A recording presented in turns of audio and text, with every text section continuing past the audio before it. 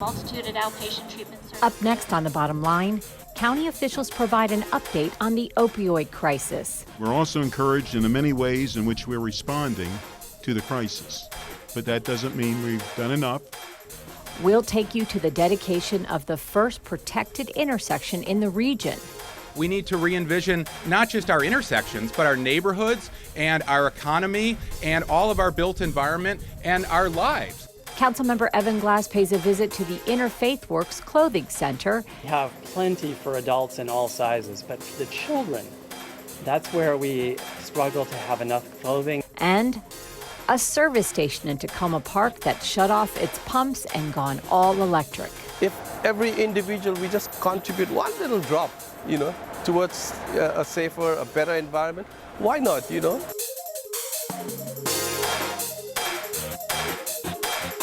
Thanks for watching, everyone. I'm Susan Kenedy. There's good news to report in the ongoing opioid crisis as member of the county's opioid intervention team briefed the public on progress being made. And as chair of the Public Safety Committee, and I speak for Council President Nancy Navarro and all of my colleagues, we are very aware of the scope of the issue, and we're also encouraged in the many ways in which we're responding to the crisis. But that doesn't mean we've done enough. And that doesn't mean that we will stop. We will continue. The availability of Naloxone, or Narcan, has played a big role in the reduction of these numbers. You're doing no harm by giving them a dose or two of the Narcan. Over the past year, the county trained more than 1,500 residents and distributed more than 2,500 Narcan kits, all at no cost. Such a complex disease. Jackie Fleming was saved by Narcan 18 times during her battle with addiction. Today, she is days away from being 1 year drug-free. I can personally say that Narcan was a tool that helped save my life, and I'm beyond grateful for its invention. Through a past role in my career, I had the opportunity to meet the inventor of Naloxone, also known as Narcan. And during our conversation, he mentioned his goal was to save lives medically with the introduction of this drug. Little did he know at the time that I would end up being one of those lives he saved on 18 separate incidences. Without this invention and tool, even more lives would be lost. The overdose statistic would be even higher and more horrific. However, there are so many other tools required in order to pave the road for an addict to successfully achieve recovery. There are so many challenges an addict must personally face. Raising awareness and working together collectively as a community should be of the highest priority. I think it's great. I'm beaming. I was crying during her speech. I just absolutely love it. At Veterans Plaza in Rockville, an interactive art exhibit by Bethesda artist Suzanne Furstenberg is on display until the end of October. The exhibit is designed to explore the roots of addiction.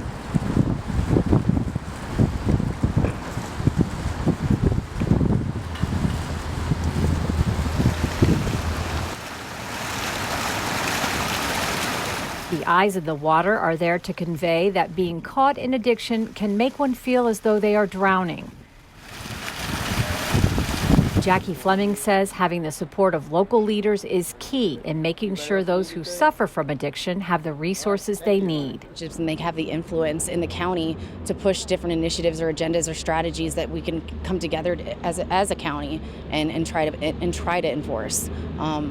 And then having their compassion and awareness and understanding of addiction and hearing their speeches clearly, these guys really understand just how deep and how complex and how serious this problem is. It takes a village, but the community is the village that we need to work, and we need to give the resources, and we need for the people who have found themselves in this type of situation a way that they can get out of this type of situation. It truly affects every family, every street in Montgomery County. Somebody knows somebody that has had this type of horrible situation. The county has launched a new website which includes information on treatment and support.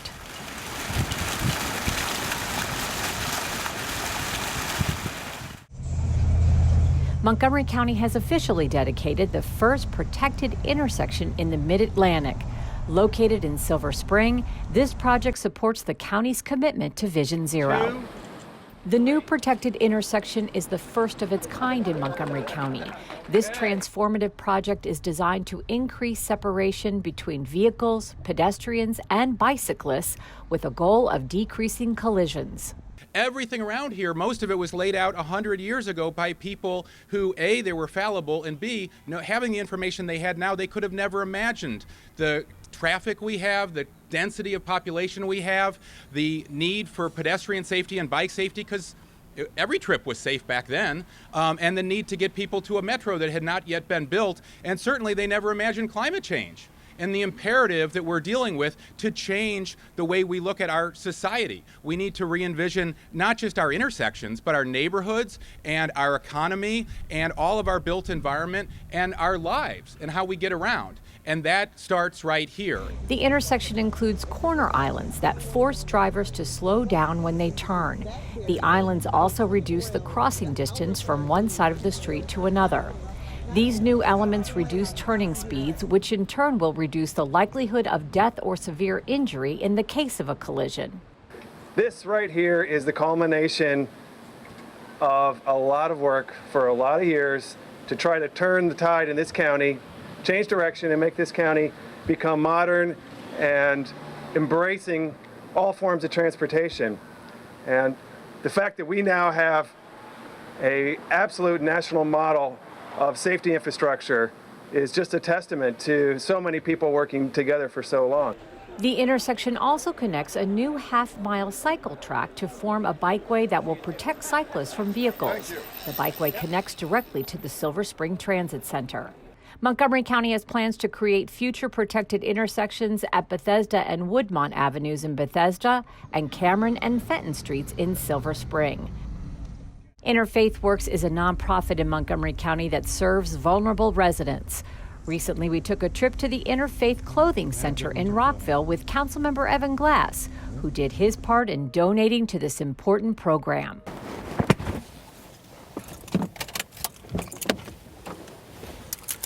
Okay. Councilmember Evan Glass decided it was time to clean out his closet. I have 2 big bags of clothes and other items. He's donating his goods to the Interfaith Clothing Center in Rockville. Overflowing with stuff. Some people do spring cleaning, I do autumn cleaning. And I did a pretty good job of cleaning out my closet. My husband and I had a bunch of items that we didn't wear anymore. Clearly, I'm in good company and I wanted to give back, and what better place to go than to here. With almost 72,000 Montgomery County residents living below the federal poverty line, the clothing center provides aid that allows residents to use more of their resources on food, utilities, and other basic needs. Throughout the year, more than 2,000 volunteers pitch in to sort out the clothing and arrange everything for display. All the items at the clothing center are free for county residents who qualify. And I was told that there are lines that form every morning. There are. Every morning, as early as 6:30 in the morning for a 9 a.m. opening, and in the afternoon, 11 a.m. for a 1 p.m. opening. We have 2 different shifts where we restock twice a day. People line up because they feel a sense of scarcity, and they feel like they need to make sure that they're getting the right sizes for their kids. You know, we have these 2 shirts that are about the same size. Yeah. Well, they're a little different, right? So a lot of times we have plenty for adults in all sizes, but for the children, that's where we struggle to have enough clothing in the right sizes for everybody. On our visit, there were plenty of folks dropping by with bags, including this resident and his granddaughter. So why did you come here today and drop off some items for donation? My wife had died back in December, so I've been clearing house of her stuff. Well, I'm sorry to hear that. Probably is comforting to know that her items are now being donated. Carmen uses the Interfaith Clothing Center once a month. For her, it is an essential resource. How would life be different if we didn't have organizations to help you? Mucha gente viene para qué, para ayudarnos. ¿Por qué? Porque si no hubieran este tipo de ayudas, ¿a dónde nos iríamos los que realmente no podemos ir a un mall y comprar? A lot of us can't go to the mall and to buy necessities like that, and so where would we be, she says, without organizations like Interfaith Works to be able to provide us with these basic needs. Indeed.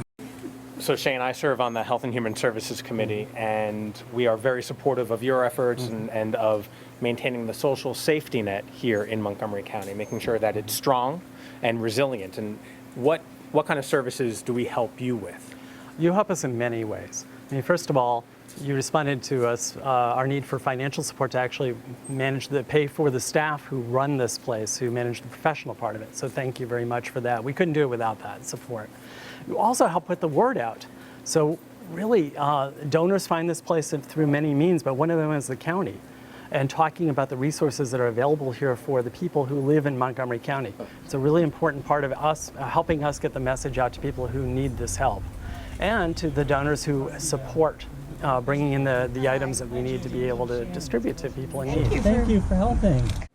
The taxpayer dollars that support the work, the people from county government who come here and visit and promote the work. All of that's super important, and I appreciate what you've done to support the work of Interfaith Works. I woke up like this. For more information about the Interfaith Clothing Center and its hours of operation, visit the website.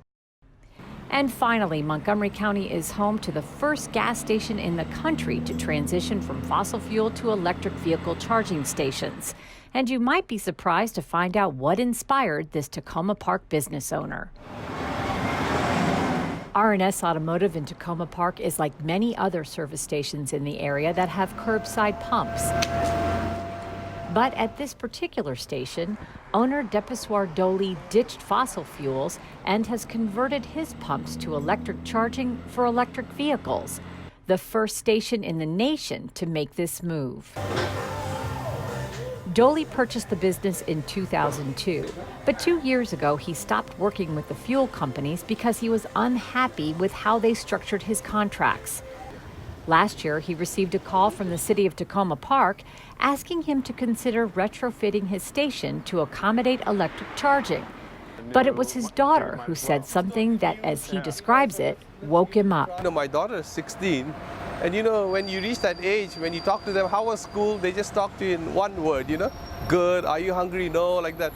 But all of a sudden she got excited and started, lecturing me about the environment, what's going on, and she started mentioning all those things and went on and on and on and on, like for 3-4 minutes, She said, Dad, you got to do it, it's good, it's going to be good.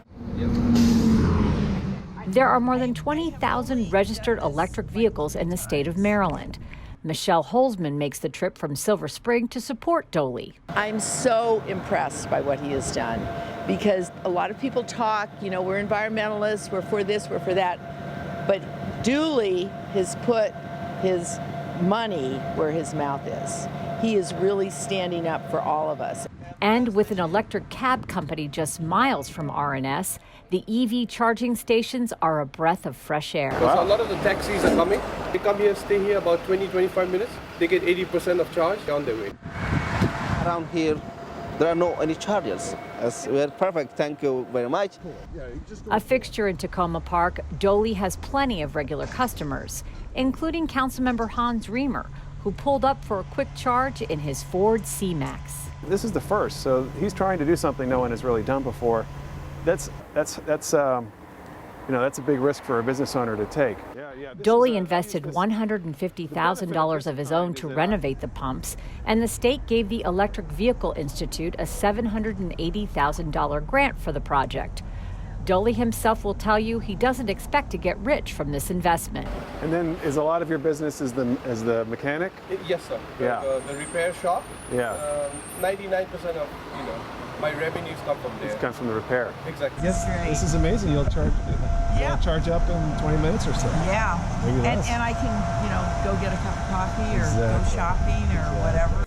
The contract with the Electric Vehicle Institute is yearly, and Doli struck a deal with the group to provide a lounge so customers have a place to wait while their vehicle charges. There were many times during the 18th-month process he wanted to throw in the towel, but so far it's been worth the energy he's invested. The community, a lot of people, well-wishers, have stopped by. A guy emailed me from Maine. He said that he's coming down with his Tesla just to come and support me and give his car a charge. It's 100% charged. My car's 100% charged up. I have 83 miles. Good to go. Which makes that dinner table conversation with his daughter even more meaningful. If every individual, we just contribute one little drop, towards a safer, a better environment, why not, Well, that does it for this edition of The Bottom Line. For County Cable Montgomery, I'm Susan Kenedy. Thanks for watching.